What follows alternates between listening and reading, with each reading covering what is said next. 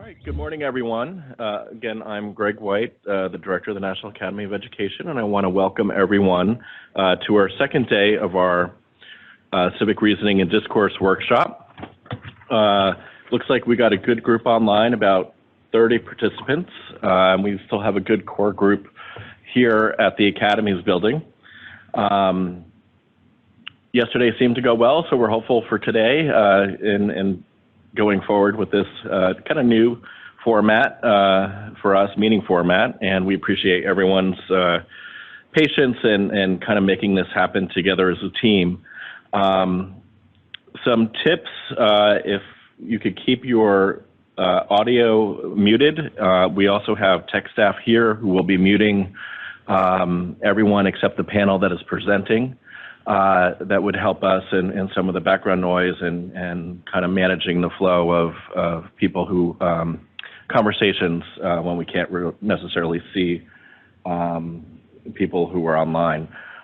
If you are online, if you click the participants icon at the bottom of your screen, at the bottom of that, there's a raise hand feature. If you click that and also send us a message to the co-host, if you wanted to make a comment on the presentation or during the question and answer period, we will keep a list of everyone and make sure, for the most part, we follow that order unless there's a reason to group certain questions together. And then here in our in-person meeting, again, if people can flip their name tent, and then that'll help us keep track of the flow of conversation on this end.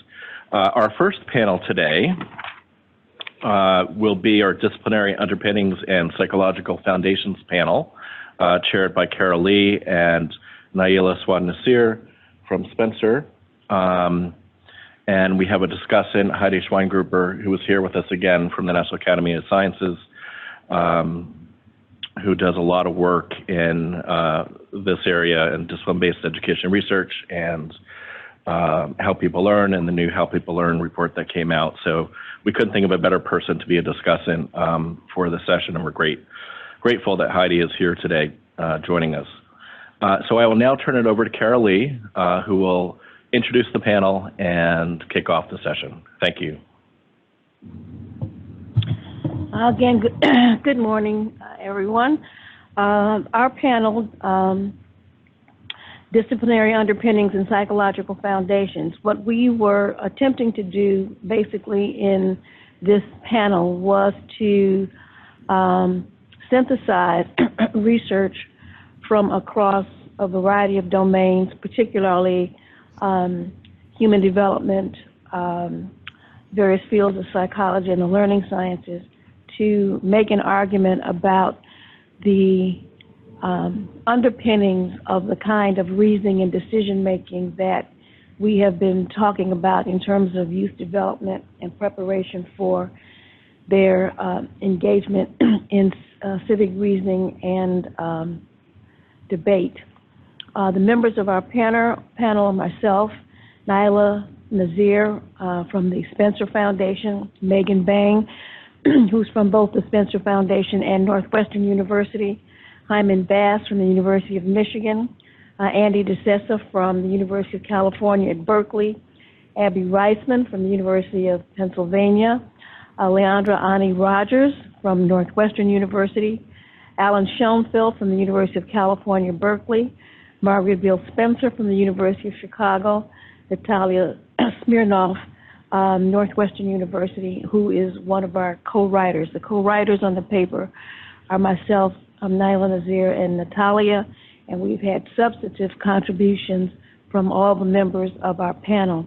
One of the things you'll notice, we have the largest panel, I think, of all the largest number of panelists from across the workshop, in large part because we were trying to pull people from a variety of disciplines. So we have expertise in mathematics, in history, in science, in human development, cognitive psychology, and the learning sciences. And basically, besides making a foundational argument about the cognitive and psychological dimensions of the kind of work that we want kids to be able to do. We're also making specific arguments about the contributions of learning in the academic disciplines. So we've pushed very hard that this work is not only the work to take place in civics classes, but across all the content areas. So I'm going to turn it over now to Naila and Natalia, who are going to make the presentation on our panel. And I believe Natalia is going to do the screen share.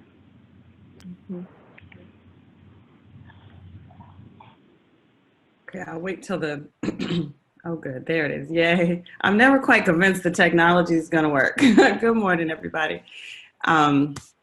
So we are excited to share this presentation with you. As Carol mentioned, we were pulling from across, I think, stretching into a type of thinking around the topic area of civic reasoning and discourse that we had not done before independently. So this is a true kind of deep collaboration among the group. So we're looking forward to your feedback. What we're going to do today is briefly go over our definition, which is the one that's shared by the group, of civic reasoning and discourse, share some kind of our set of assumptions around the principles of learning and development, and then we'll share some key ideas from the learning sciences of development.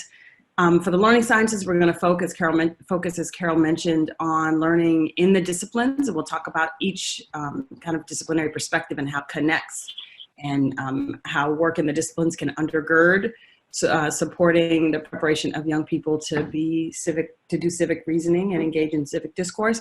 And then we'll similarly talk about some key ideas from development, identity, belonging, moral identity, with the idea being there are developmental milestones, processes that already kind of undergird young people's ability to do that we need to kind of attend to. And then we'll end with implications for research and practice. I'm gonna kick us off, and then Natalia will jump in, sharing around the learning sciences. I'll come back and talk about development. So our key question was, what do the learning sciences and developmental research tell us about how we should be designing education for civic reasoning and discourse? And to be honest, our key question waffled a little. I think this is where we landed. We were also throughout the process concerned with, what do the learning sciences and developmental research tell us about the capacities of young people to do this? So what are kind of the, and so we kind of, we'll talk about both of those things.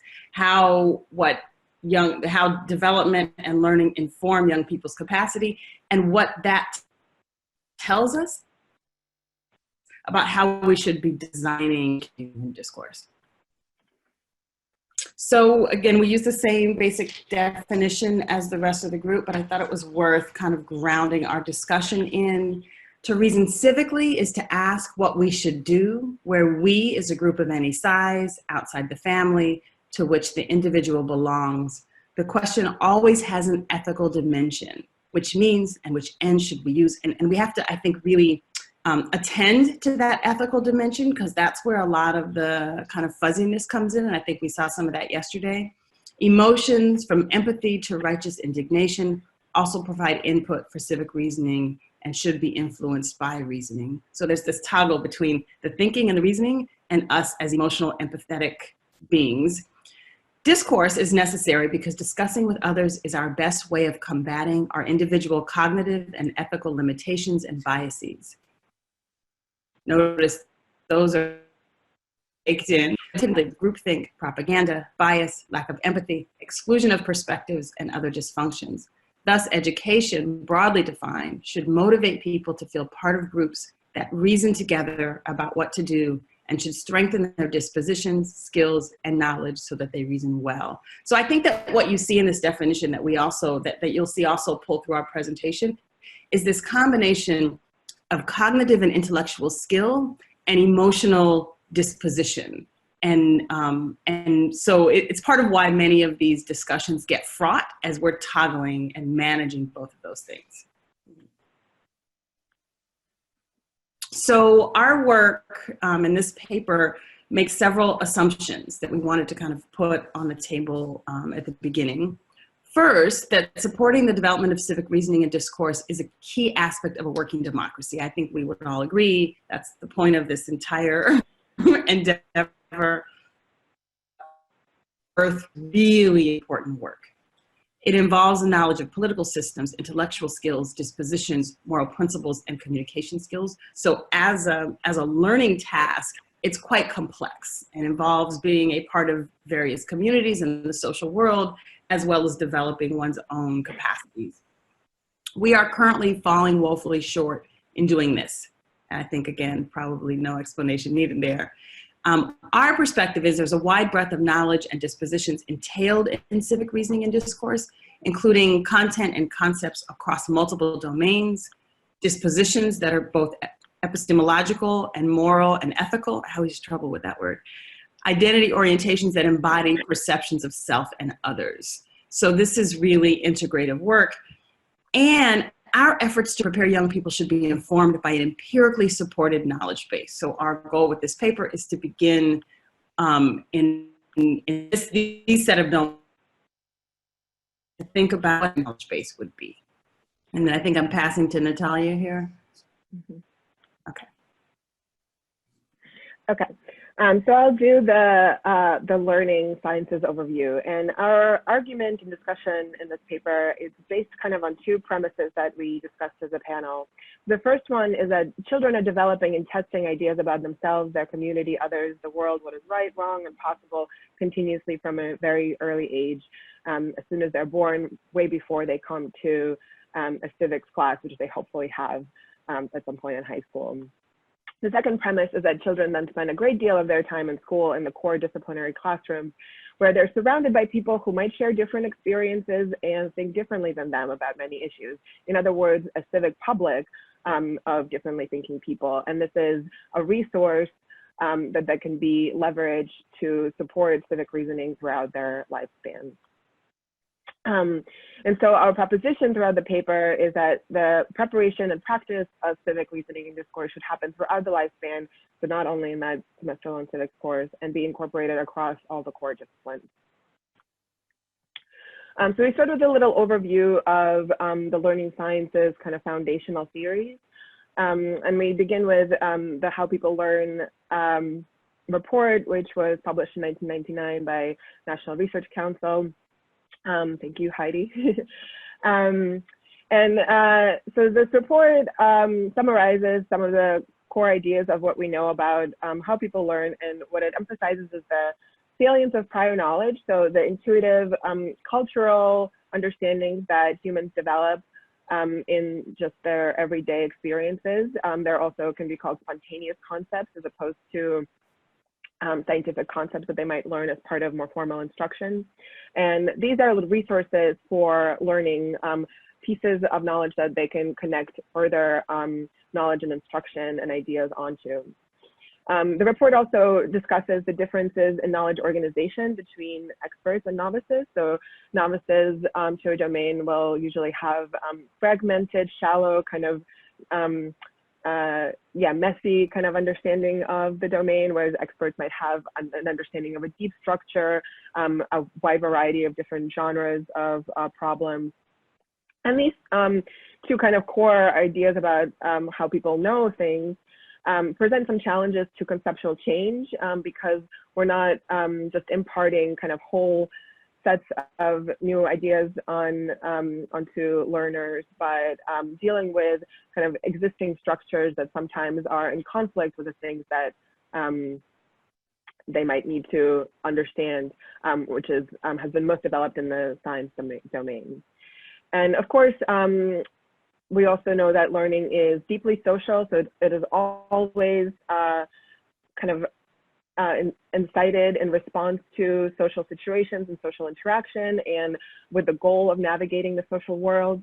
It is always situated in specific contexts and places, so it's not abstract and placeless. It is always mediated by tools, including language, which is the tool that we have to describe and represent the world. And it is then always distributed across not just our personal cognitive structures, but in artifacts across other people, notes and environments, etc.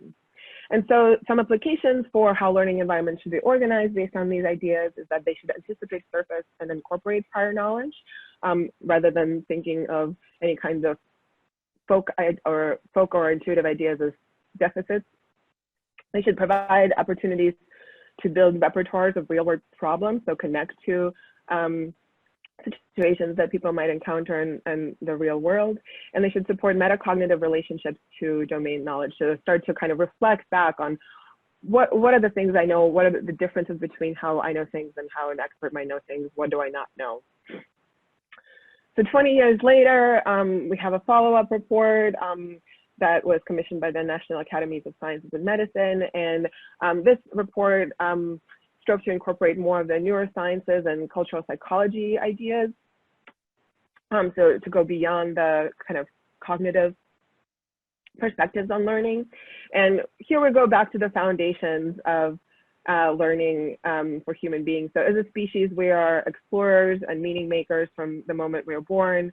The way that we interact with the world is not just through thinking, but we start with sensory experiences, touch, sight, hearing, smell, and taste, which are processed through chemical responses that are linked with emotional valences. And these are stored in distributed neural networks in the brain and the body, so not in ways that we might be unconscious of. Human beings have unique capacities for rationality, long-term thinking, and imagination, but we also still have the evolutionary limbic system that is located in the amygdala, which can overtake our special capacities under perceptions of stress. The ways that we relate to the world are very much influenced by our ego-focused orientations, which are formed by individually inherited characteristics, but also very much in relationships and social life, with family, nuclear, and extended being primary. Also, task relevance and efficacy. So how do we think we can solve a problem is very important for how we approach tasks in the world. And that is also shaped by social and personal experiences. And finally, kind of an emphasis on variation as an inherent characteristic of life and the ways that life and living organisms adapt to their environment. So there's no one way, one best way for how humans learn and need to learn and be, but we need a variety of approaches that are compatible and sustaining for different populations. So some implications of these learning theories for civic reasoning is that learning to reason civically, or the kind of the foundations of learning to reason civically, became very early from observation and imitation of other people, from learning about cause and effect and consequences by picking up objects and seeing what happens when you drop them, building intuitive concepts about the physical world, including gravity, disease, etc. Learning to form identifications with a particular group through the language and sounds that are heard in childhood. Learning about story structure from the narratives that people tell. Learning about moral constructs of good and bad, and about values of in and out group from parents, adults, peers, and other people in the community. So this prior knowledge is already deeply embedded and embodied in children's neural networks way before they even enter any kind of formal schooling. However, what children do not develop intuitively is the expert knowledge of politics, economics, ecology, history, etc. And they also do not necessarily intuitively learn to consider others' perspectives and motivations, practice civil discourse, respectfully hold ideas that are in opposition to their own, or feel efficacy and relevance towards solving complex social problems. So those are the things that are imperative to teach them in schools. And so across the disciplines, we think that learning environments need to take in these learning theories into account and organize the learning to reflect these core ideas. So they need to draw and build on prior knowledge, provide a sense of emotional safety, establish relevance for links to real world problems, provide opportunities to build individual and collective efficacy through scaffolded challenges, support questioning of sources of information and beliefs, support the interrogation of own assumptions, support wrestling with complex and contradictory ideas, ensure multiplicity and variety of cultural and ideological perspectives, including students' own if they're kind of not represented in the dominant culture, and those that are not represented in the dominant culture if they differ from these students. So what we'll do next is kind of discuss each one of these core disciplines: literacy, social studies, literature, math, and science, and discuss some examples of new trends and constructs from research in those fields that kind of embody and illustrate these ideas, these implications. So of course, literacy is foundational to our understanding of information. We define it as the ability to read, write, and use languages for a wide range of communication goals and across an array of media, including print, digital, visual, audio, computational, and interactive. And it begins very early in schooling, and ideally before schooling, and is then reinforced throughout every discipline by the engagement with and production of textual genres. And it's necessary for the basic comprehension of information, including vocabulary, rhetorical structures, and how specific textual genres are structured. And I just want to highlight a couple of kind of approaches to literacy that can be incorporated across the disciplines. So critical literacy is engaging with text with a particular attention to power, bias, and ideology that's embedded, and looking at genre forms and their legitimacy. So this is analyzing, like, why do we trust a textbook text, or why do we trust somebody that has a doctor, you know, in front of their name, and understanding why, what are the purposes with which the texts are constructed and their goals. Media and digital literacy is a kind of a form of critical literacy, but in addition to interrogating the authorship and structure of a text, it also asks how texts interact with living audiences and communities. And one of the ways that it structures the learning is by prioritizing remix and creation of media to understand how those texts are structured and what kind of techniques can be used to manipulate understanding. And finally, data literacy, which is a new and growing approach to literacy education, analyzes the construction and claims of data representation, such as charts, graphs, timetables, infographics, which we, of course, know that are both challenging to understand and extremely influential in how people end up trusting information. So this especially can be emphasized across disciplines of math, science, and history. Social studies is, of course, core to civic reasoning. And we just want to, and there's been a lot of discussion across the panels of social studies and its importance to civic reasoning. We want to emphasize that it's not just history that is core, but also economics, geography, and sociology. And we asked a social studies teacher with 50 years of experience to share her experience of teaching civic reasoning. And if you read the paper, there's a kind of a beautiful narrative that's about 2 pages long of her experience and the way that she taught different concepts in social studies. But she says that geographic skills are key because as civilizations have come and gone, but lands remain.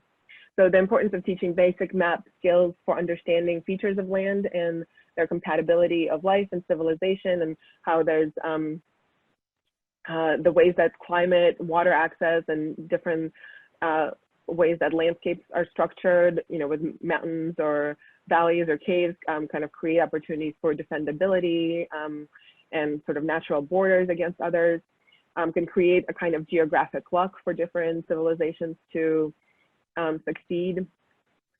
You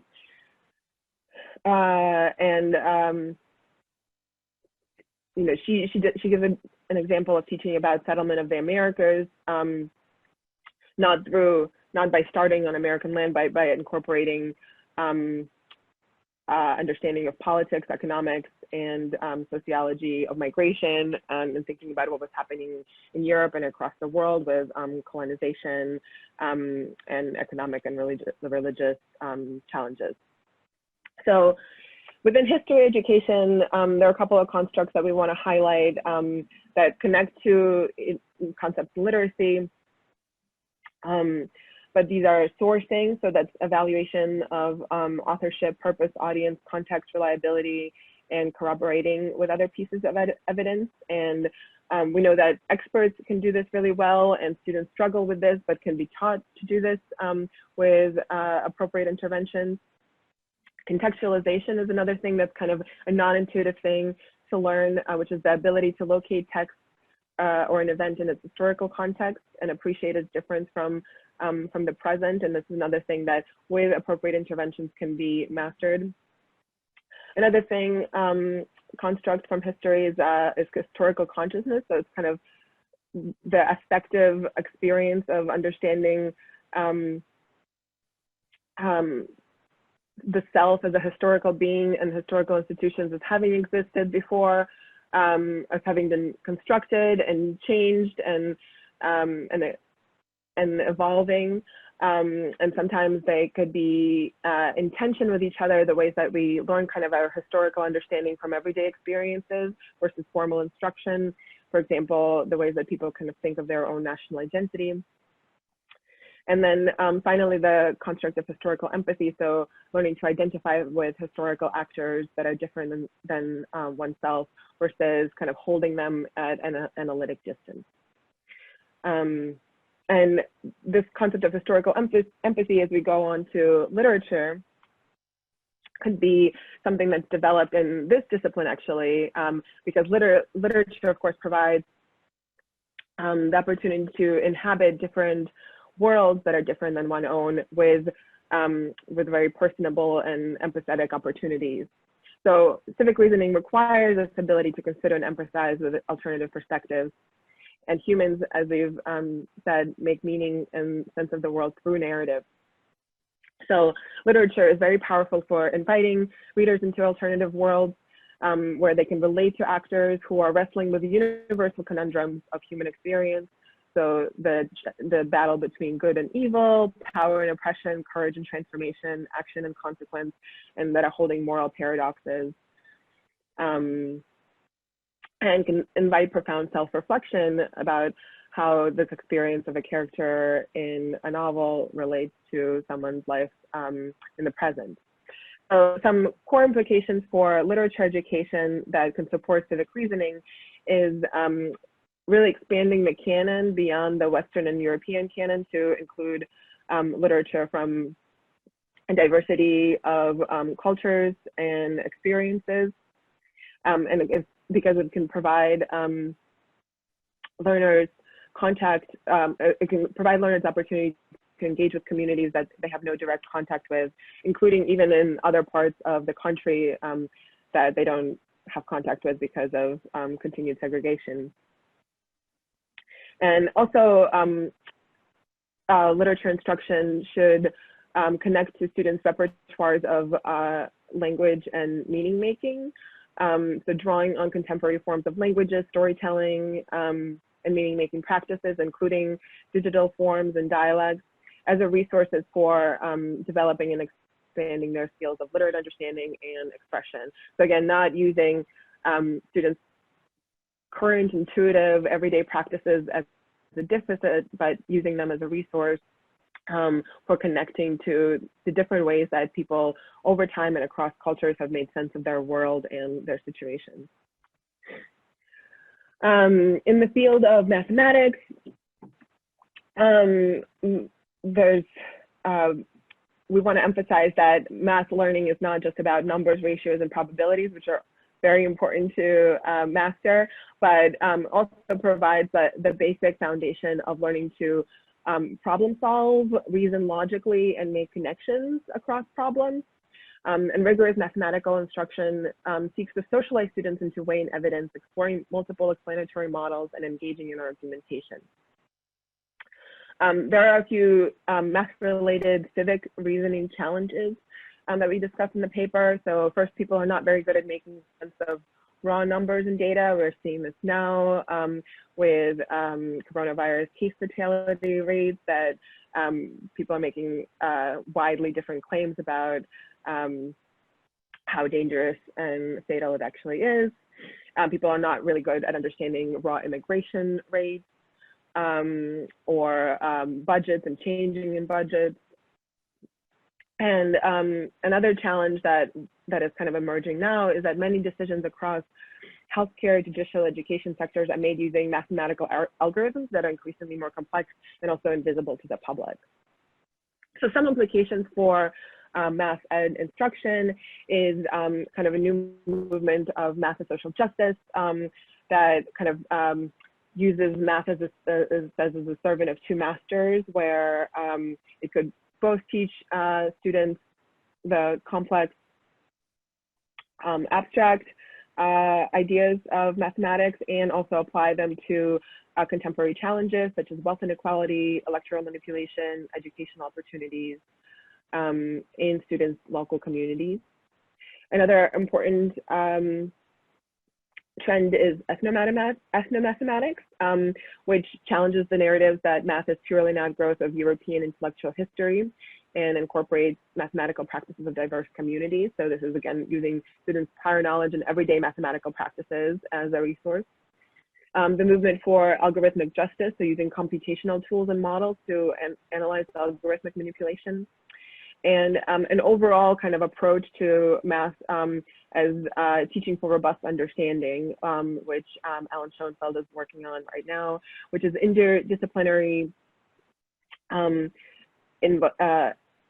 again, emphasizes building on prior knowledge and building collective understanding. And finally, in the field of science, which is, of course, really key to understanding a lot of contemporary challenges and making civic decisions, some conundrums are that while it's so key for civic decision making, the actual latest science is very hard to understand by non-experts, and it's still hotly debated. Students, as we've said throughout, have intuitive understandings and a kind of personal epistemology of science prior to any instruction, which may make their teaching them the expert understandings challenging, because they might conflict with some of the ideas that they already hold. And another layer of the complication is that this personal epistemology might be significantly influenced by ideological frames, such as their political values or religious beliefs. So some implications that we highlight for science education is that science education should embrace and invite epistemic and ontological heterogeneity, acknowledging the variety of possible nature-culture relations and resulting human activity.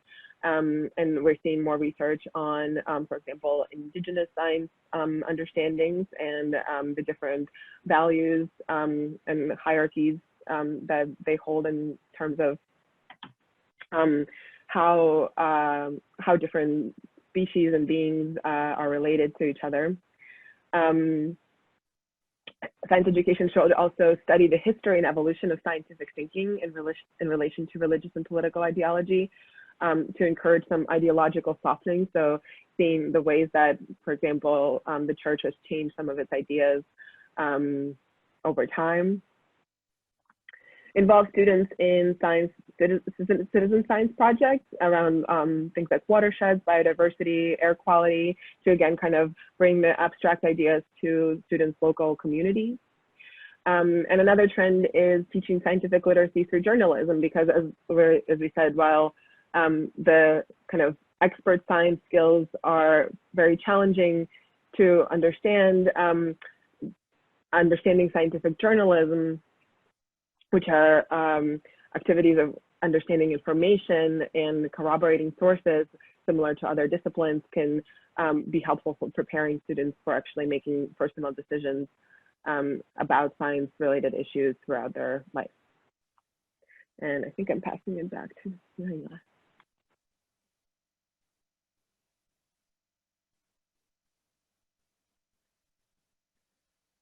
Marina is muted. Thank you. I was just going. Okay, with that foundation around the learning sciences, thank you, Natalia. I'm going to turn to just a few points about the developmental underpinnings of civic reasoning and discourse. And our argument is, we elaborate in the paper, is that moral development and identity development form a base, development of civic reasoning and discourse, and our efforts to support these capabilities must be informed by what we know about development in these areas.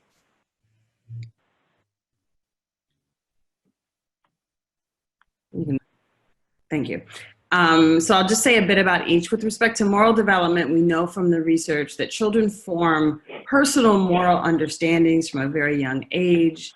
These moral understandings involve harm or welfare, fairness or justice, and rights, and that these moral understandings shift from early childhood to adolescence, that the concepts around fairness, rights, and social justice become more elaborated and better crystallized as young people get older, and importantly, that children can separate self-interest from universal moral judgments early on and with increasing sophistication over time, which would suggest that some of the concerns about why you might limit a certain kind of civic conversation to young people probably is not valid, that actually young people are very good at separating out their own self-interest from universal moral judgments.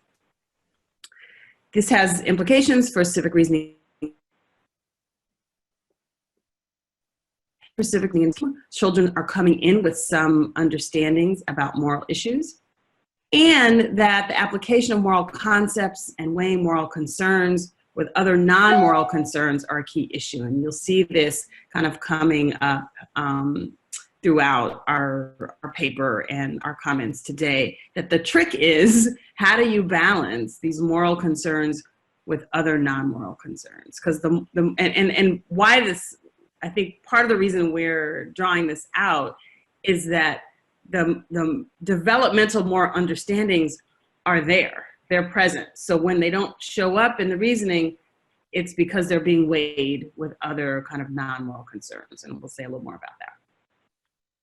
So with respect to identity development, the literature tells us obviously that identity development is an important developmental task, takes place over the life course, but again, is particularly salient in adolescence. I think this combination of things makes adolescence for conversations around civic reasoning and discourse.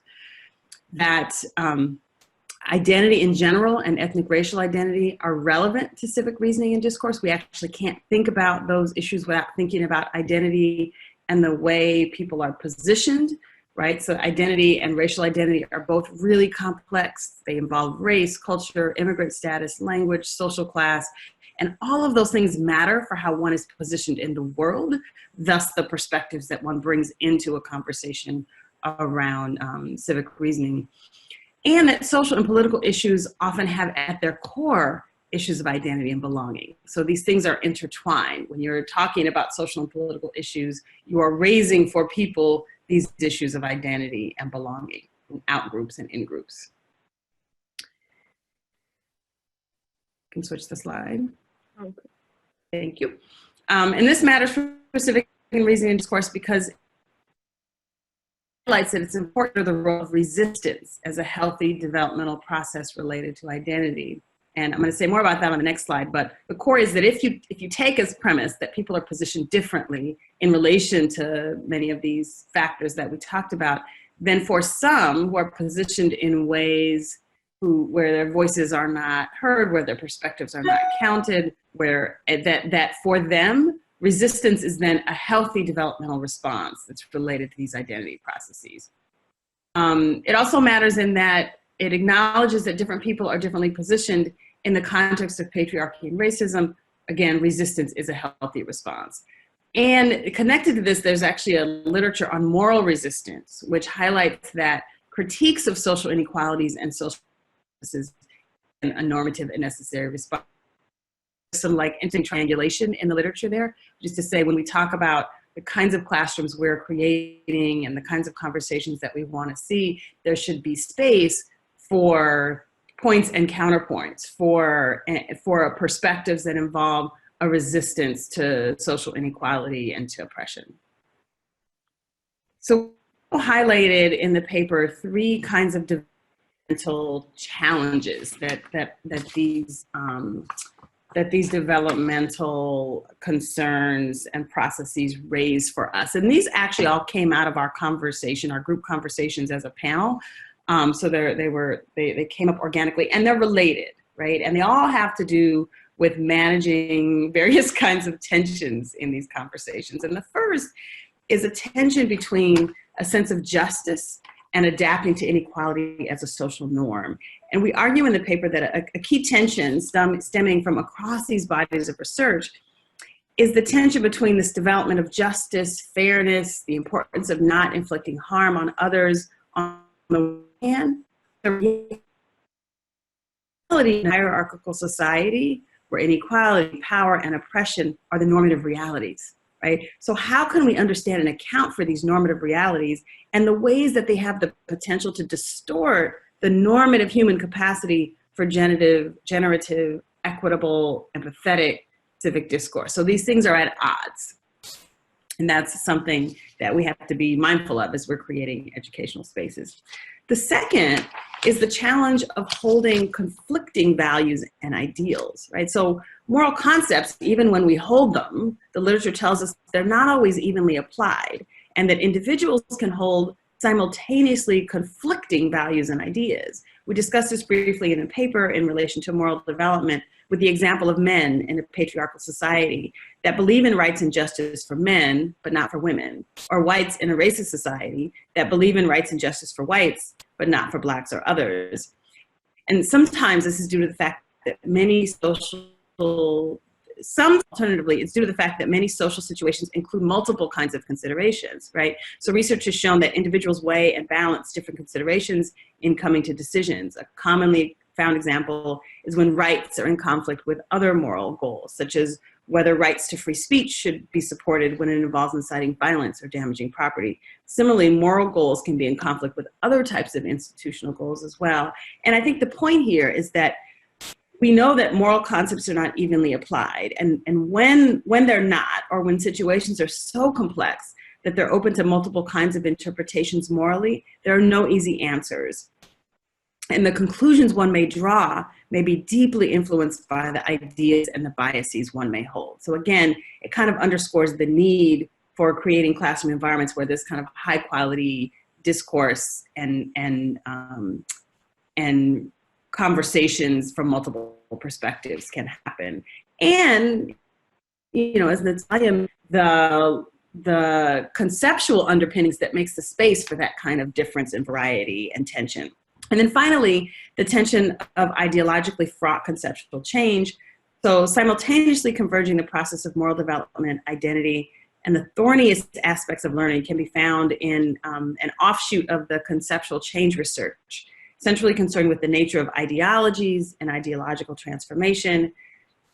What has not yet been initiated in studying the detail in the process by which ideological or religious commitments interact with conceptual change more narrowly, including change with respect to the development of scientific ideas, is this idea of ideologically fraught conceptual change. And it poses the obvious challenges to civic reasoning and discourse in that when one is discussing important issues like climate change or immigration, it's critical to recognize that ideologically fraught conceptual change may but the learning on strong ideology is at play. And I think what obviously these come at the same set of ideas from different angles, and the core idea is that there are times when and especially around heated political or social issues where there are different aspects of sense making or emotion or empathy or ideology that are kind of warring, and the space for young people to work that out and think about how these things play out in relation to their own personal identity,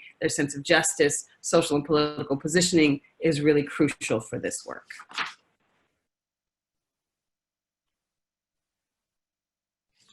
And then Natalia, do you want to? Yeah. Okay, so we have some broad recommendations for research practice and policy, but we're really hoping to develop this section. In some ways, we've sort of implied some recommendations throughout the paper itself by highlighting certain things that we think are especially valuable for civic reasoning and discourse. But in terms of kind of a higher level, some higher level recommendations. So a lot of the decisions about how the disciplines are taught happens in discipline-specific organizations. So we encourage these organizations to concern themselves with the responsibility of preparing students for civic reasoning and discourse. By sponsoring meetings, conferences, new standards, practices, and new research that kind of makes the connection between the disciplines and civic reasoning. Across the disciplines, we've highlighted some kind of implications for designing learning environments that should support students to wrestle with complexity, encounter multiple and diverse points of view, and then apply discipline-specific forms of reasoning and knowledge to real-world contemporary challenges. And, we've presented some examples of those. We really wrestled with this idea of if all these disciplines support civic reasoning within their disciplinary classrooms, how is this knowledge going to transfer across the kind of classroom boundaries? So we want to encourage more school-based spaces for what we're calling intergenerational contextual sense-making about contemporary challenges. Places to ask, what does this mean and what should we do to kind of stimulate the transfer flow and cross-pollination of the ideas that students may be learning in their disciplinary classrooms to between each other. And in terms of human development and identity, we should study more and sponsor more research around the role of identity and moral reasoning and collective decision making, because we know that civic reasoning and discourse is not an individual and a temporally bounded achievement, but a collective and longitudinal process. And I know we took a lot of time, but this was a hefty paper and a big panel, so we look forward to the discussions.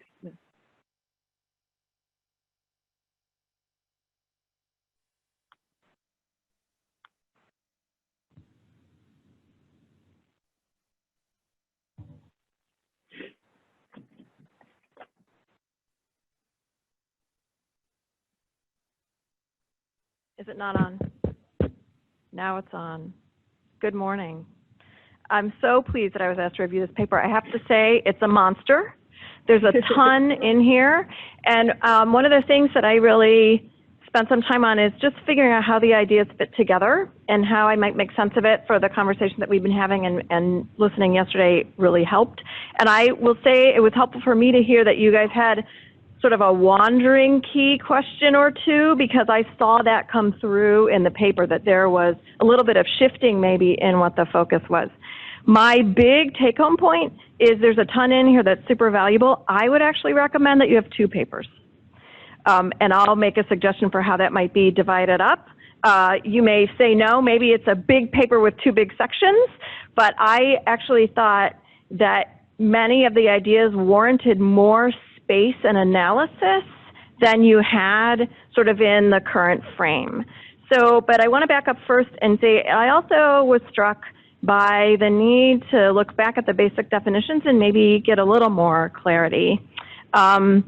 We've been talking about civic discourse and civic reasoning, but I felt like, particularly in this paper, but also yesterday, a desire for some civic action. And I think we need to maybe consider that separately from discourse and reasoning, that taking action or making a decision or becoming engaged in a community is different. Going to behavior is different from discourse and reasoning. And so when we're talking about our basic understanding from research on learning and moral development and identity development, talking about the leap to action might be different, and we might need to look at the evidence base differently. And also think about ethically, or the positionality of a school and how much it could be dictating to students what that action should be. Like, are we opening up the space for students to be considering action? Or do we need to be careful about what we're saying should be the action, right? I just hold that up as a question. I don't know the answer. So I also wanted to raise a question that I thought about yesterday when we were talking about civic and what does civic mean. I think a lot of times, and in this paper it goes to the big political issues or our current polarization. And I actually would love to see, particularly when we're thinking about connecting to students, more of the civic in community. Like, how are we acting locally with a vision maybe of the larger tensions and issues, but that getting kids engaged might actually merit thinking about our civic discourse and reasoning and action being local for these kids, first for these kids. I also wanted to call out the paper talks a lot about inequality, structural inequity, racism, bias, understanding different cultures, and I think that's obviously essential. But I actually felt like it was sort of coming through in a couple different ways, and maybe we want to be explicit about it, which was, one is these ideas and how they shape other problems in our civic space versus taking these ideas on head on as an essential element of our civic space. I think those are slightly different, and particularly when we looked at the discussions in the context of disciplines, sometimes it was sort of some disciplinary problems or problems. For example, I could think about climate change. You could take on issues related to climate change and community resilience, and out of that you will see issues related to inequality and structural inequity and bias and things like that. Or you could go head on and talk about our society as an essentially inequitable society. Those might be really different in how we want to engage kids in them. I also wanted to say, among our basic definitions and assumptions, there was a setup really pointing to our deeply polarized moment right now and the tensions and the impossibility of, it seems, of civil discourse. And I wanted to just raise the question of how much can the school solve that, right? So many of the people who are engaged in these outrageous polarizations haven't been in K-12 for 30 years. So we need to think about in school, we certainly want to give kids the opportunities to be responding to our current moment and understand it and not be drawn into being part of the problem.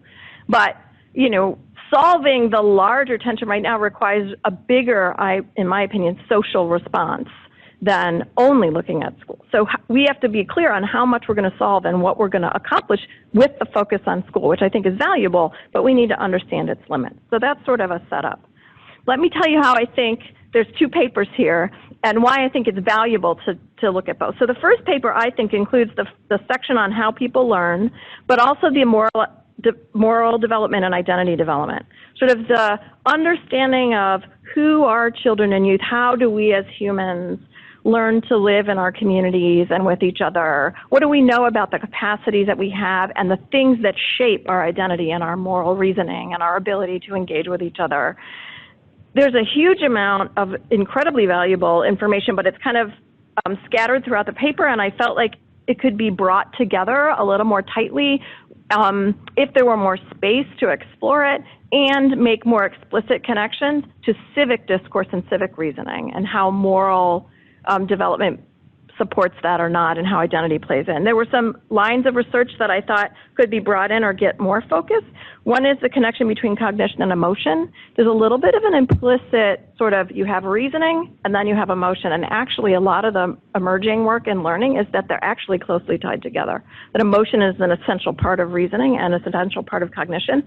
And I think they're sort of running around in the discussions yesterday too as well, you're sort of the cold cognition. I think we need to move to understanding hot cognition, and that should be part of what gets pulled into maybe that first paper. I also thought it'd be interesting to talk more about the practice turn, the notion that it's not just about knowing something or building knowledge, it's about knowledge and use, and that practice happens in meaningful activity settings, in particular communities with other people. And so thinking about civic discourse and civic reasoning in that way, that it's sort of a practice. And how do we think about that? And how do we pull from the learning research that's focused on those practice and meaningful activity?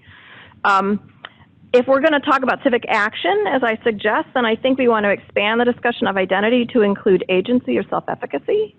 So it's not necessarily just identity, but it's also that identity connected to, and what can I do? And what do I have the power to act on? Be interesting to look at some of that literature. And I thought it'd be really cool to see a discussion of the expanded thinking around kind of the ecosystem, and school is part of an ecosystem, and it was alluded to in the presentation this morning about how kids actually learn many of these things, not just in school, but they're learning it in the family, they're learning it in their religious institutions, they're learning it potentially in interactions with peers, and understanding a little bit more about how that's happening and how it connects to schools, potentially how schools can leverage some of that, I think would be really interesting. So that's taking a more ecosystem perspective. I had a couple of detailed comments about the sections that I think would make up that paper. One assumption I struggled with, and Naila brought it up then at the end, was, are we really aiming for conceptual change in civic discourse and reasoning? So there was an assumption that somehow we want conceptual change, but it just made me wonder, is that really what we're always aiming for? Or are we wanting to be listening openly with each other, even if we don't go away with our conceptions changed? And I think that's an open question. What do we mean when we say we want someone to engage in discourse and reasoning? Do they have to change their mind? Do they have to go to conceptual change? I think that's an interesting question, and I didn't think it was handled. It could be handled in a more nuanced way. That openness to different perspectives, but does it always mean you change your own idea? I also thought, let's see, in an expanded paper, you could then do things like link development of identity and possibly agency, link it more directly and more in depth to the notion of we. And how do we know who we is? And how do we see ourselves connected to we or not? I thought that could be drawn out a little bit more in the paper. And so then the 3 developmental challenges that you identified, I think would fit in paper 1, but that whole piece will then inform what I think is paper 2, which is the stuff that focuses on the disciplines and can unpack more what could happen in schools. It would allow you to talk more about schools as they currently are, schools as we hope them to be, and some of the reform trends that are actually maybe moving us in the right direction. I thought it was I was fascinated by looking at the juxtaposition of all the different disciplines. I thought it raised really interesting questions.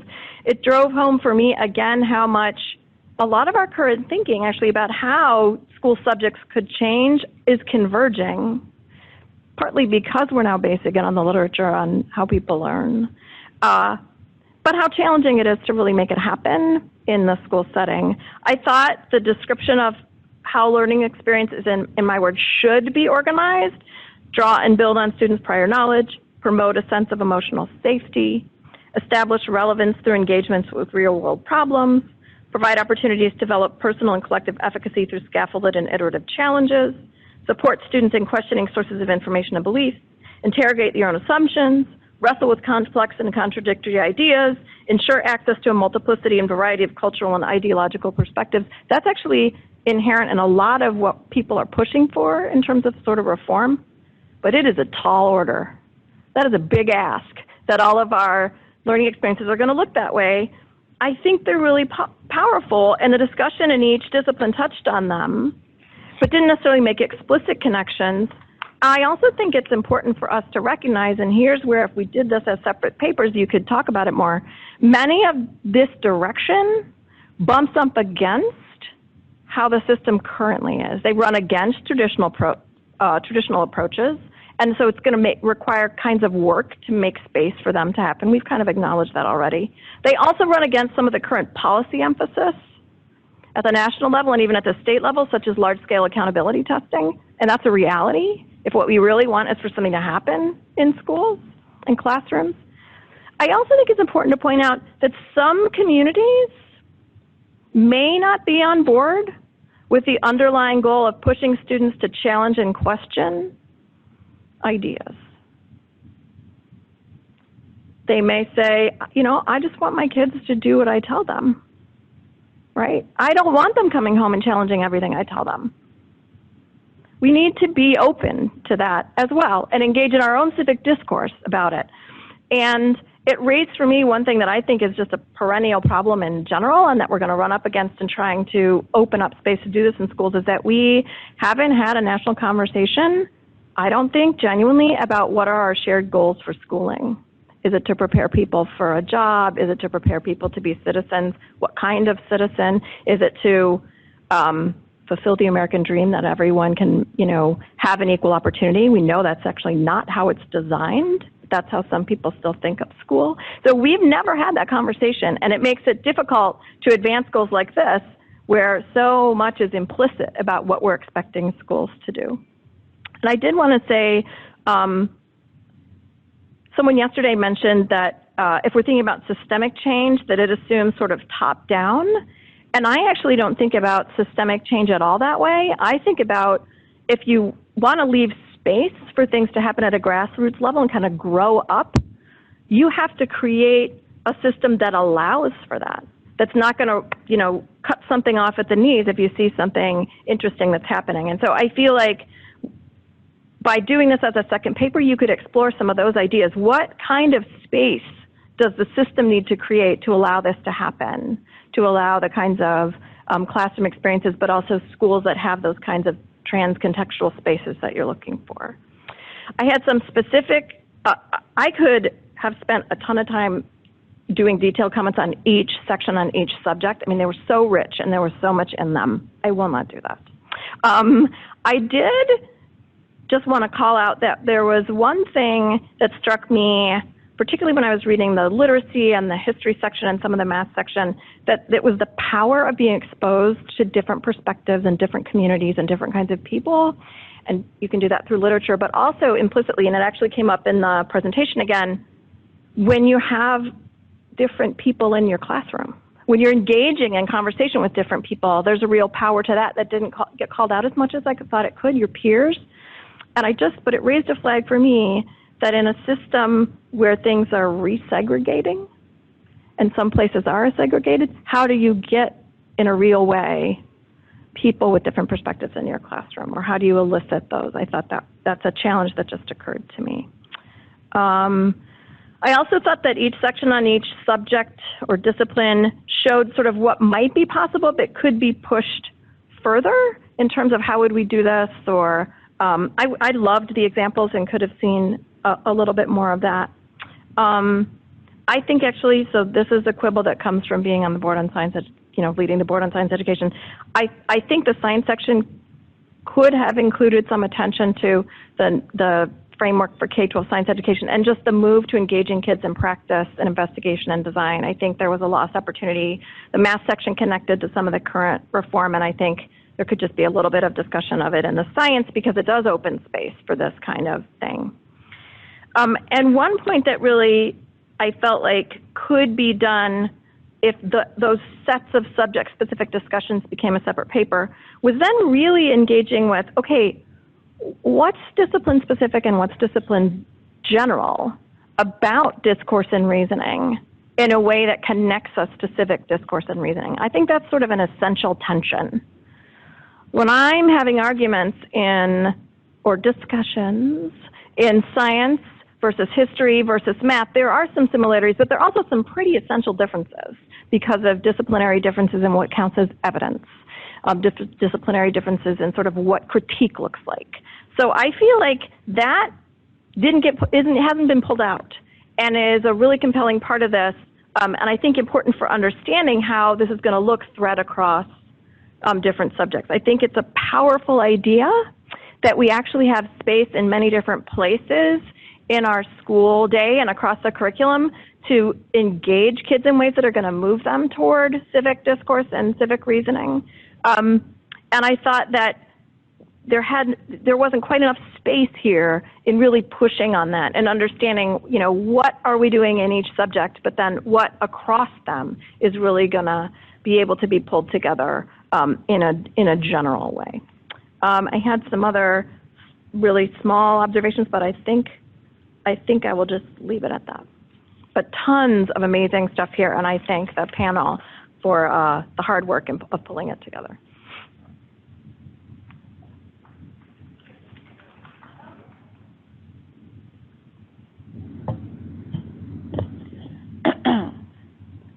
So I'm just going to start out, and I'm sure other members of our panel will want to jump in as well.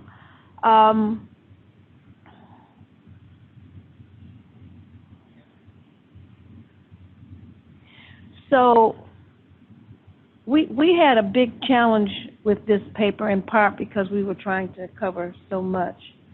And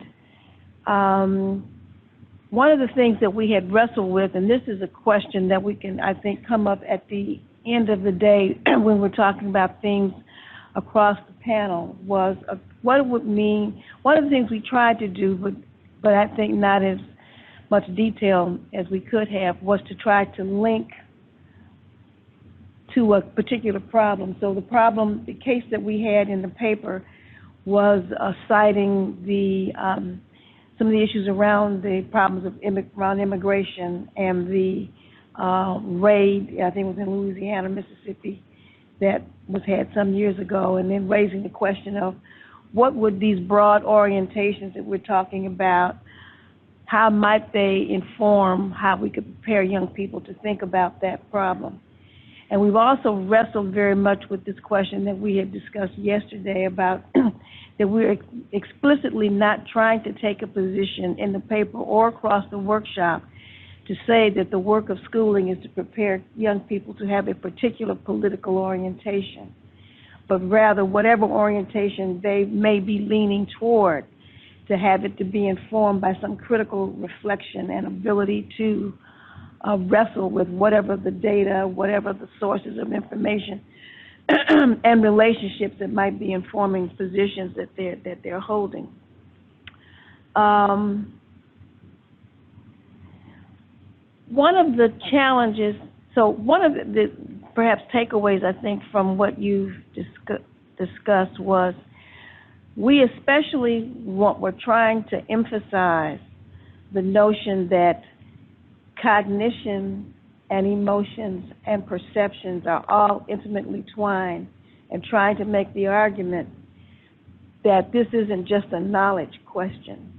And part of what we were trying to do, I think, as well in the work in the disciplines, and I agree that I think that maybe sort of a higher level discussion would be needed, is to say that one of the cross-cutting issues we think across teaching in the disciplines are a kind of a joint sharing of to try to prepare young people to have a disposition to wrestle with complexity, to consider alternative perspectives, to question. And even though the nature of argumentation, within the disciplines are different, that having that repeated experience across the day, across 12 years of education, hopefully would prepare young people to think more critically, even though we have these differences in positions. I think you raised an important one, which I think I had raised yesterday as well, is that this issue of considering alternative perspectives becomes challenging in part because of the deep segregation along race, class, and class, that becomes a challenge. Some of the issues that you raised are ones that I think I want to keep calling it Diana Hess's, the pedagogical practices and how teachers learn.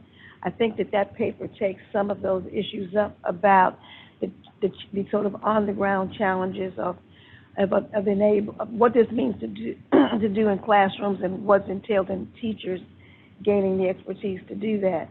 And so one of the other big questions I think we might want to come back to in the last part when we're talking about a summarization is there are some, and in fact, I think I'd like to have an explicit discussion so you can maybe plant this in people's minds about there's so many issues. How do we figure out a way to forefront the connections across papers, right? And the issue of what does it mean practically to be able to do this work is one of those issues. And so each paper takes up a little bit of it, but somehow, whatever in the report, I think we've got to be able to, highlight that. Also, as I had said yesterday, and again, I'm not clear about how to handle this, but this may be one of the other cross-cutting issues, is that the kinds of changes that we're talking about at the end of the game are going to be locally driven. They're not going to be driven by change of standards. They're not going to be driven by something new you add on to ESSA, because one of the things that's very clear, all the standards movements, NGSS, Common Core, whatever, are taken up locally in such divergent ways, sometimes just plain resistant, like Common Core, and all the assessments that have been developed. And now you have states saying, our kids can't pass it, so we're not going to take it. So there's always this tension between sort of local agency, if you will. And I think that's probably something to be forefronted in some introduction or conclusion across the papers, because we are calling for such radical things to happen in school, as though if we call for it, it's going to happen in some sort of way. And as we're trying to push the project, I think we've got to, we need some, it could be even some discussion with people who actually deal with systemic change, which most of us really don't do. I would also say that the question about, I don't think that we're trying to argue that schools will be sites for systemic change in the society, but rather that taking a long-term view to say what we can do, and that as a fundamental moral responsibility that we have, is that public K-12 education should be the place that prepares young people. I always fall back on the Kahil Gibran, upon your children, not your children. So the kid who's in kindergarten right now, so my little 5-year-old grandbaby, the world that she will meet when she graduates high school, I can't anticipate.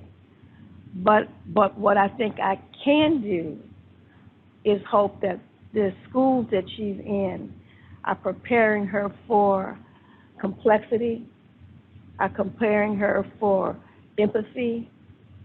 And this is kind of, this empathy question, and I'm going back to the issue that you can't make people, Diana Hess's panel is certainly going to talk about the efforts to do this kind of work in schools where parents are saying, that's not your job, it's my job, and I don't want you trying to turn my child into, some lefty or whatever.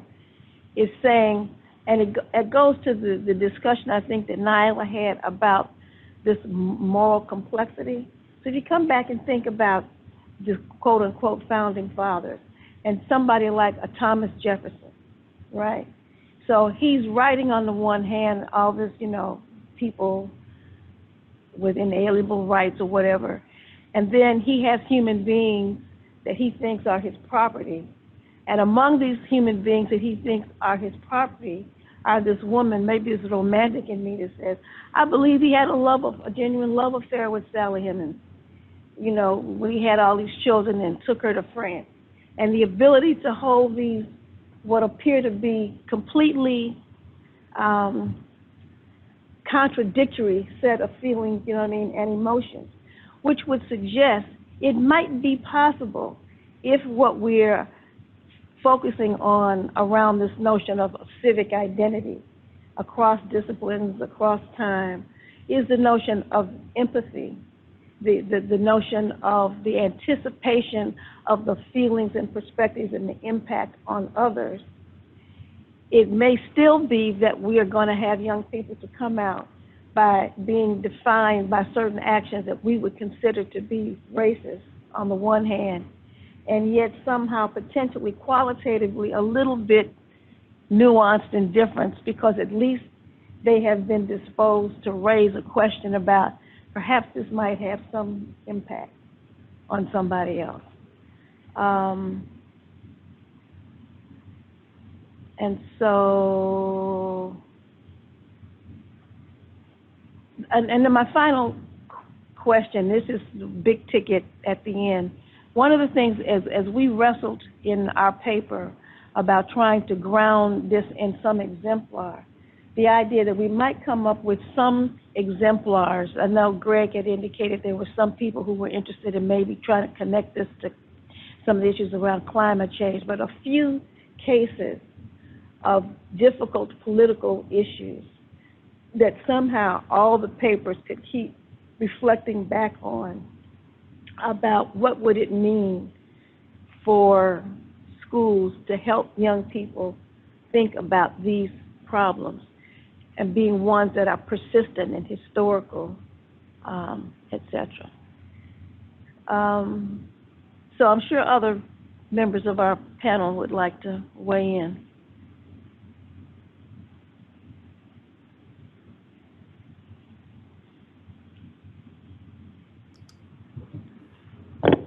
I'll just say briefly that I think that one of the key things we were struggling with, that a really productive struggle, is this wrestling with complexity and both seeing this domain as really complex and also seeing what's relevant to understanding this domain.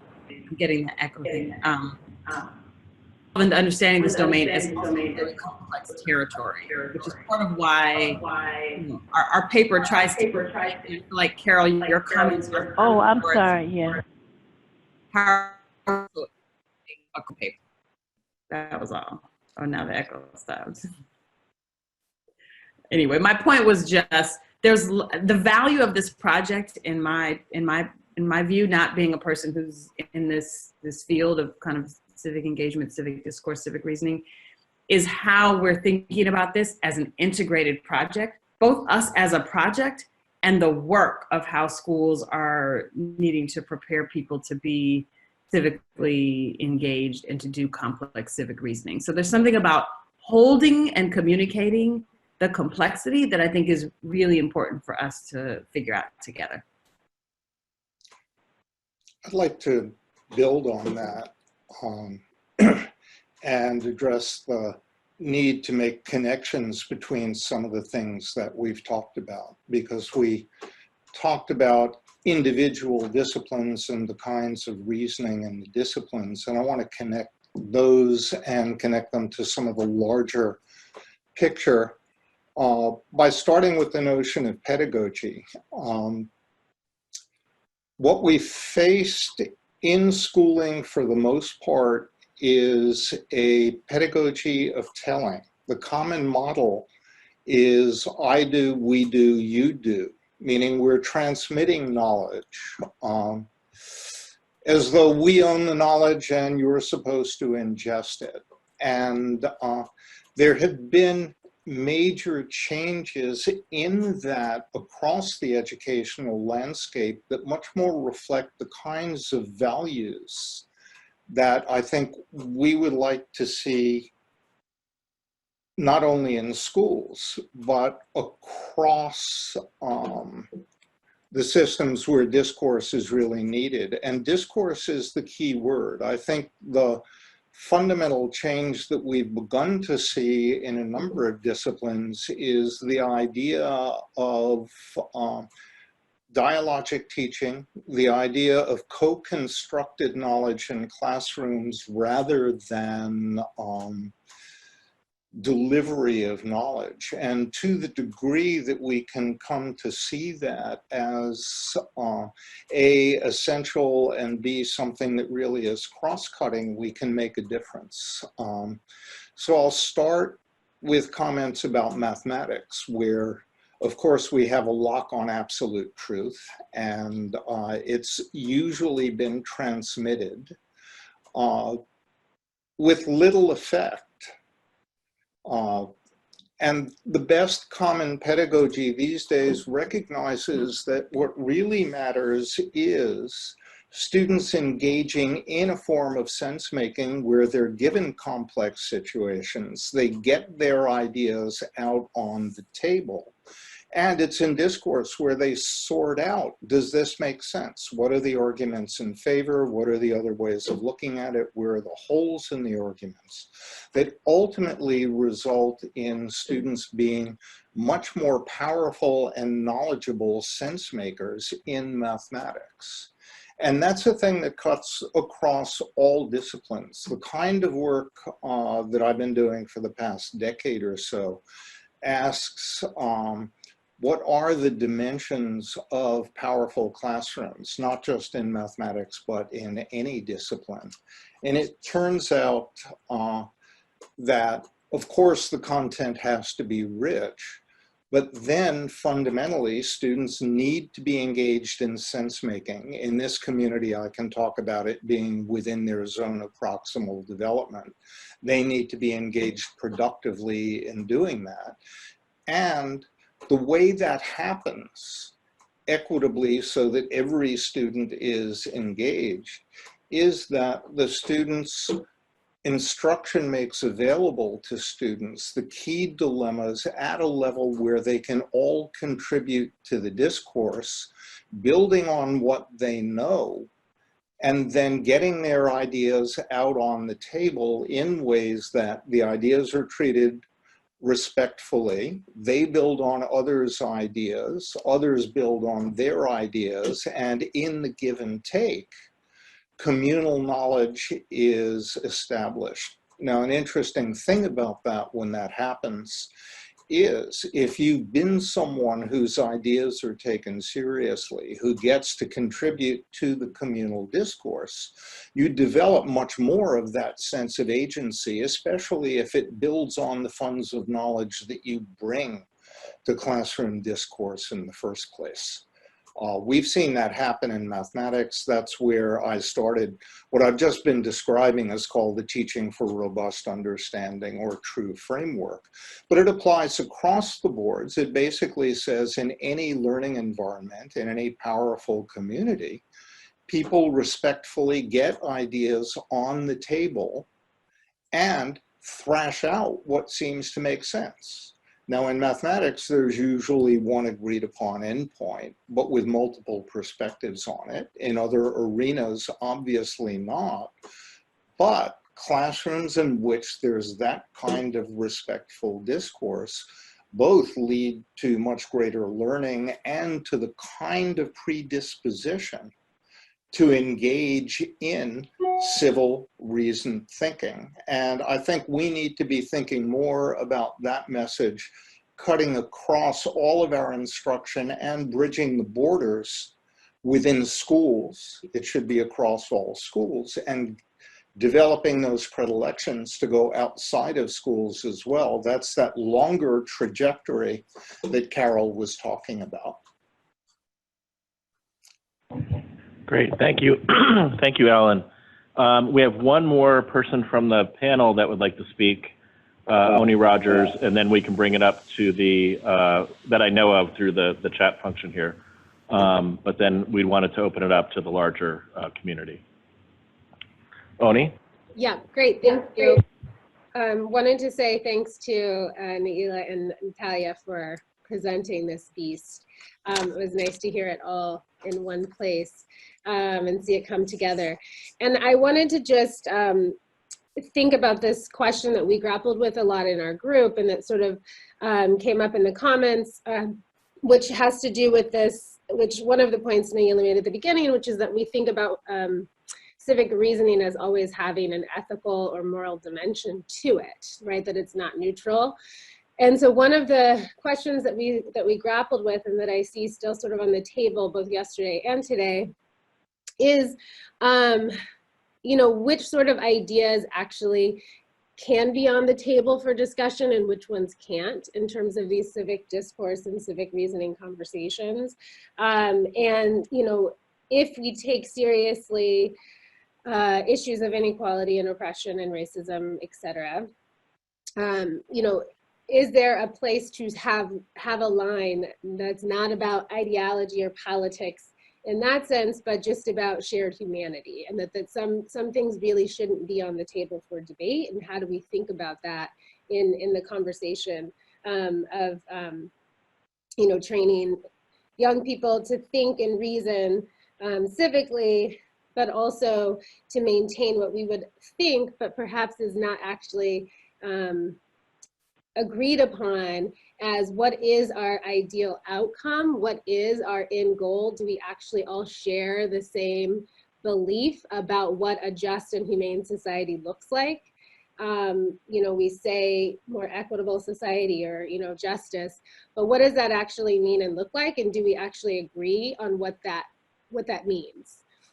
Because that requires some redistribution of power, of economics, of land, of property. It requires a lot that I think in the abstract space, people say, yes, we want equity, yes, we want justice, yes, we want, but in the practical space of what that means and what that looks like, I don't think we actually agree there. And I think that that is, in some ways, that fraught ideological space and ideological change that we're talking about, that there is some ideological change that has to happen from our view, from our assumption about what equity looks like. And so I think that's a tension of, you know, that yes, we make an assumption about what equity is going to look like, and that's going to require some change of folks in positions of power that perhaps they're not actually really wanting to do. And so as we thought about and grappled with, like, you know, what does it mean to think about educational spaces and what young people bring to the table and what sort of things we need to be teaching them, we were kind of stuck on this reality that we have a set of assumptions that I don't think actually are shared in our society, among educators, among academics, right? People have different visions of what equality and equity actually look like in practice, even though we might share the same abstract ideas of those. And so I think that is important to acknowledge, and something we'll have to grapple with, I think, across these reports as we try to find that balance of not pushing an agenda, as Carol has said, but also taking a clear stance on issues of who's human and who counts, and how do we want that to be centered. Great, thank you. So we're at the end of our scheduled time, but I think this is a really important conversation. And we started a little late, but I also think we should go a little later too, and we'll make up time during lunch. And we wanted to make sure that the other panels and the other participants have a chance to weigh in. The next person I have on our list is Paula McAvoy, was next to join the conversation.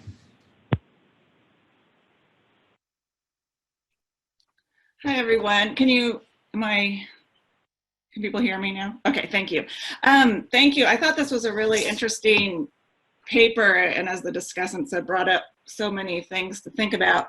I just wanted to make one question that came to mind as I was listening to your comments in the paper, is psychologically, what's the role of creativity and imagination in how we're thinking about civic reasoning? Because it seemed like it was sort of under the surface there a little bit, of, you know, how can we imagine a better world? Can we imagine how others experience this world? And then my other comment, I wanted to just piggyback on what Naila had been talking about in her last comment on this idea of moral complexity. And this is something that in the world of social studies education and having political discourses, deliberations in classrooms is something I've long struggled with, is the aim of that discussion to feel more certain about what I know and what my view is, or should I feel less certain about what I know and what my view is? And so as, you know, if we have people constantly sitting in the world of moral complexity, I think while that is great for academics, it doesn't often lead to action. You know, you can get stuck in moral complexity. And so this is just something that I find in the social studies world, of a tension between, do we want people to become more certain or less certain by the activities we have them do in classrooms? So I'll just throw that out there. Great, and at any time, if a member of the committee wants to respond to any of our questions, please jump in. Next, I have two people from the room here who wanted to be part of the conversation, and the next person is Donna Phillips from DC Public Schools. Thank you. Actually, Oni said very eloquently a lot of what I had been thinking as I listened, and also was thinking about connections across the panels from yesterday and today as well. We've heard a couple times, you know, we want to shy away from taking a political stance or being too liberal. And I just want to put out there that, you know, at some point, I think we do have to put a stake in the sand, because if we are too neutral, then everything that happens, whether it's wonderful inquiry-based teaching and learning across disciplines, it's still going to replicate white privilege. It's still going to replicate inequities. It's still going to, it's going to allow students to create civic identities that are based on all the faults that we are currently grappling with. And so it might not be this association's a call to be the main disruptor, but I think that we have to, come out with a stand. I'm saying we, you know, everyone, one should come out with a stance about, you know, what is this vision that we're aiming towards, and what are those things that are going to work us towards that vision. Thinking back to my time in the classroom, when we talked about the foundings of America, we articulated a set of shared democratic values, and so, you know, as a teacher, I put them out there and we agreed on them, and then we always define politics as the ongoing conversation about the common good and how best to achieve it, and who defines the common good. But that is politics. We are always going to grapple with that. And so I don't see politics as a dirty word. I see it as the job of everyone. And so it's not necessarily for the teacher to, you know, inculcate their students to a certain, you know, capital P political leaning, but it certainly is for the teacher to open up that conversation, but also set those boundaries. And I'm pretty sure that this afternoon's panel is going to get into the role of the teacher, you know, much more deeply. But I also think that social studies teachers need to be gladiators, that they can be the agents of change. And so you might not have your math and literacy and science colleagues quite doing it yet, but it definitely takes a disruptor in the school to get this kind of vision implanted. And I like the way Oni posited that there are people with the power that aren't going to willingly cede it. And so what we're looking for is something that's going to disrupt the current things that keep us in the same place where we are. Thank you. Next is Sarah McGrew. I'm curious about tensions or areas where disciplinary thinking doesn't overlap with civic reasoning as cleanly or neatly as I think we might like. So even in classrooms that are following our advice and recommendations about what disciplinary thinking and teaching looks like.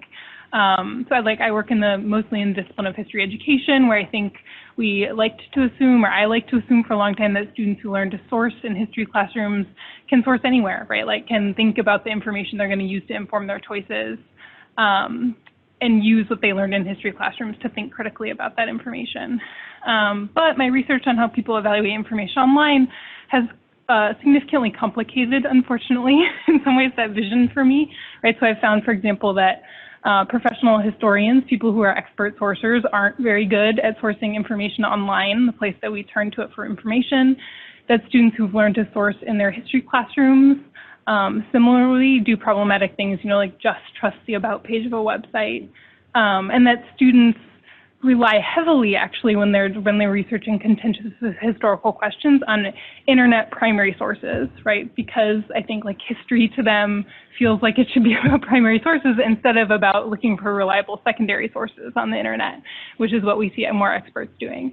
So thinking about ways that good disciplinary history teaching might have encouraged students to adopt practices that are actually problematic in some ways online, and how we might help those students bridge their disciplinary thinking, because I still think it can build a base, but the work we need to do to help them transfer or bridge that learning to differences in civic spaces. Thank you. And I saw that Abby Reisman had her hand raised, and I just want to jump to Abby because I imagine she might have a related comment. I hear the echo. I'm going to try to answer as many of those history, education, social questions as I can in one shot. I'll start with Sarah's because it was Sarah's. I hear the echo, but I'm going to ignore it. So I think that Sarah, your observations and the stuff that you write about in terms of the disconnect between disciplinary preparation and how students are engaging with online sources is really a curricular issue. And I think that I don't think it's a fundamental problem with disciplinary reasoning. I think it's a problem with the discipline catching up, instead of going to the archive, what does it mean to go online to do historical research? So that would be my sort of punt on that, but I don't think it's not that you don't have to source online when you see, when you find a source of information. You absolutely have to. You just have to do it differently. The about page might not be a useful place to find that information. So I see that as a curricular issue in terms of bringing that to the classroom. But and feel free to respond if that's not satisfactory. But I think I want to kind of tie in Carol's question about Thomas Jefferson and Paula's question about imagination, and also like, is the goal complexity or clarity? And I want to bring up this just happened yesterday. I'm working with a district in Virginia that's, I won't go into the whole project, but they're doing document-based historical inquiry. And there's a lesson about slavery in the Constitution, and the problem, the core tension is, how did these people who wrote all men are created equal then preserve slavery? Like, how did that happen? And so these teachers who are novices are designing instruction to try to kind of like a hook to get kids involved in this. And one of them had a PowerPoint that said, should we celebrate our founders even though they had slaves? And my advice, and I think this is really one of the questions, I think this kind of reveals where I come at this problem, and I know that others on this panel would disagree. But my position is that is putting that question, which is about the present, right? It could easily be a question about, like, should we take down monuments of Thomas Jefferson, right, for example. I think that's putting the cart before the horse. That the first question and the preparatory possibilities of K-12 education are to engage students in understanding the sheer contradiction that Carol articulated. How was it that Thomas Jefferson both said all men are created equal and owned people, right? I think and I have evidence that students as young as 5th, 6th grade can really try to grapple with that question. And I think that that's the opportunity that we have in classrooms for students to engage in that complexity. And I don't think that's a problem. I think that's an opportunity to invite students into this legitimate problem. In history, that's the work of history, is trying to understand how he held this contradiction. I think then the question becomes, okay, so now that we understand this, or now that we have different interpretations of how he tolerated this major contradiction, what do we do then, right? Is the statue of Thomas Jefferson in the same category as the statue of Robert E. Lee, et cetera? And that's a separate conversation. That's not one that has to occur outside of the classroom. I think it can occur in the classroom. But I think in terms of identifying the disciplinary underpinnings of civic reasoning, it is precisely that opportunity to embrace that complexity and to invite students, and to use, it requires imagination to try to get into Thomas Jefferson's head. I mean, I think, philosophers of history would talk about that. So anyway, that was sort of I don't know, I'll leave it at that, let others jump in.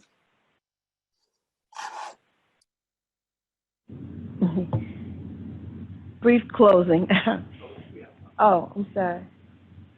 So I think this conversation is really interesting.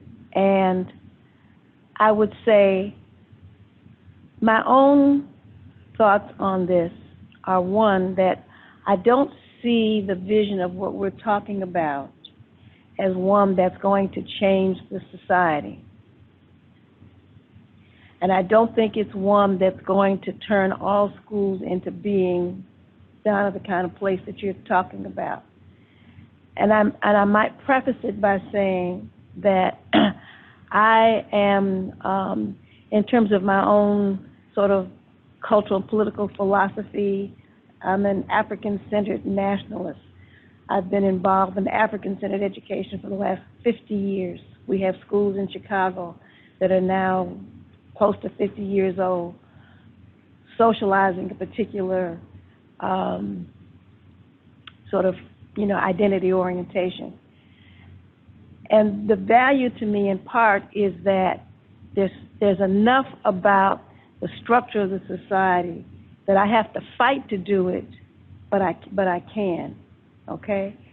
I think that what we are proposing is how can we organize schools in such a way that kids get to at least consider all the complex forces at play and issues at play in a complex question.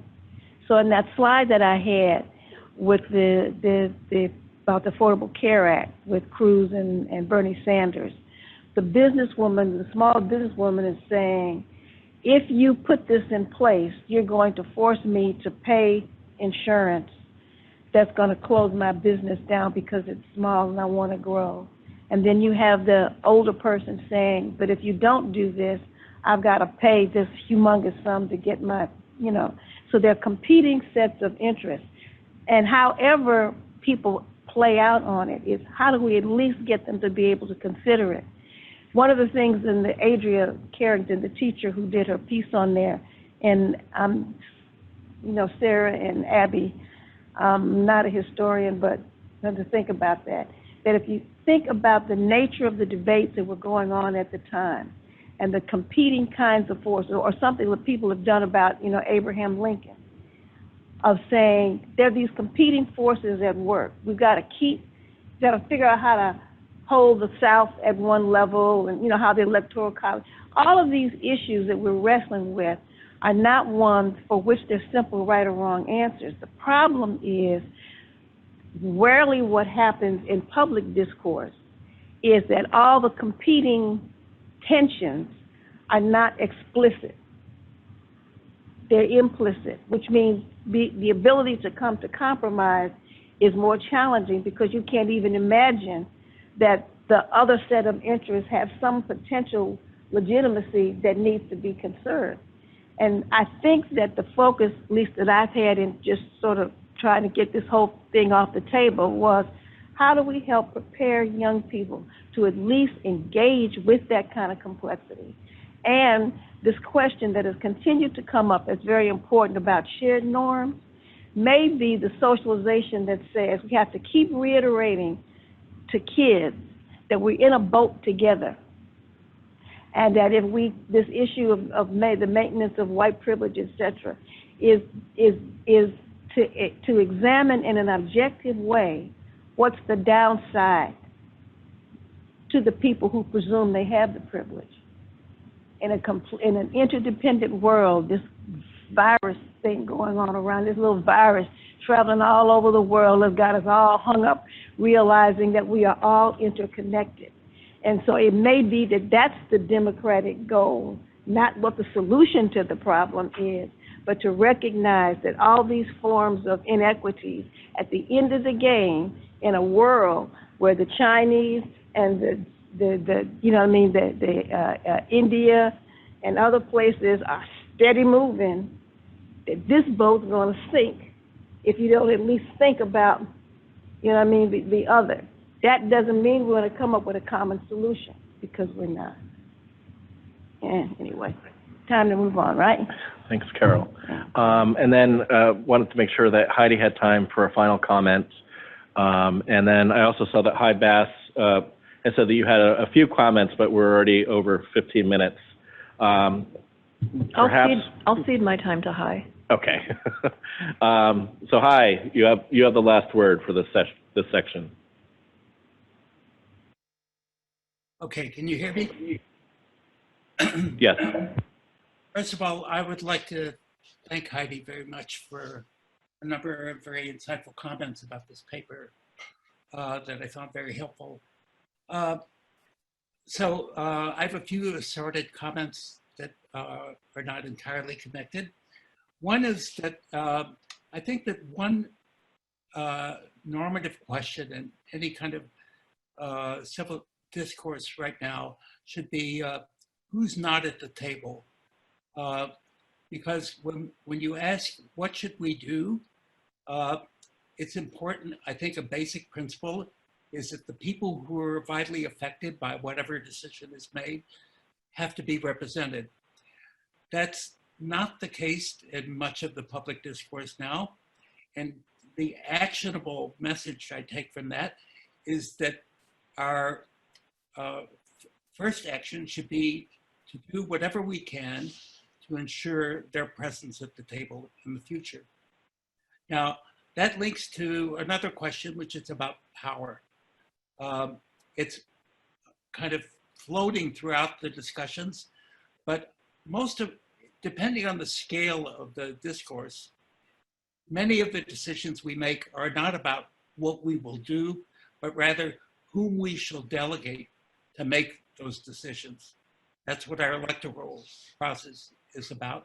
And the very complexity of the kinds of decisions that we have to make require that kind of delegation, because they require the people who actually make those decisions require levels of expertise that's not available broadly enough and needs to be made by a focus group.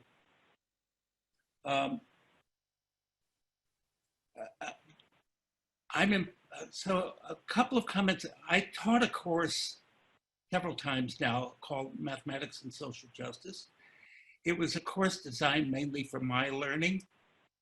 I've spent many years teaching mathematics, and I've been passionately interested in questions of social justice. And I simply wanted to understand what these two things had to do, what it looks like at the intersection of those two activities. And so I want to share a few takeaways from that course. One is that I felt like what we need is a civics course for STEM professionals, not K-12. I'm not saying we don't need it in K-12, but that, and this derives from the following. When we make decisions about public policies based upon scientific knowledge, they're usually policies that have to be implemented at scale, and therefore they are implemented via some sort of algorithmic design. And one of the big lessons I learned from this course through examination of a lot of cases is that algorithms are inherently value laden. They have, even the GPA, which we use all the time, it has an implicit value structure, which we experimented with in this course. But that fact, the awareness of the immediate consequential implications of the use of scientifically generated knowledge has to be, it seems to me, part of the training of STEM professionals, and in fact, professionals in maybe other areas. I was also struck in reading many of the founding documents, the Constitution, Independence, the Federalist Papers, that the founders were actually engaged in exactly the same kind of exercise that we're engaged in right now. They were trying to invent forms of governance and of public discourse that would serve at least their conceptions of equitability, et cetera. For example, Hamilton makes a very persuasive case for the Electoral College and all of the features that would commend it as a means of electing the president. It turned out that the realities that he presumed in that paper have nothing to do with current political realities. So it's actually quite dysfunctional, but it was a quite thoughtful design of how to assemble a well-informed group of people presumed to reason in the ways that we're thinking about right now in order to arrive at a very important decision about who should rule our government at the top.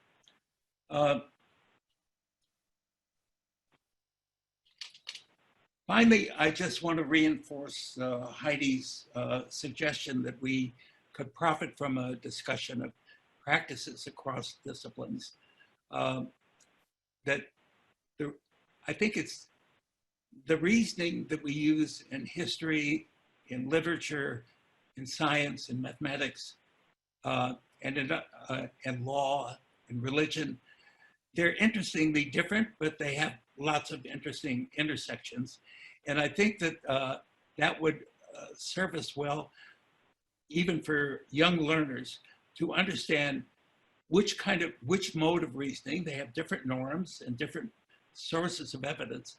Which kind are we engaged in, or should we be engaged in, to resolve a particular kind of question? So I would just like to reinforce the suggestion that we open up cross-disciplinary study of that. I'll stop there.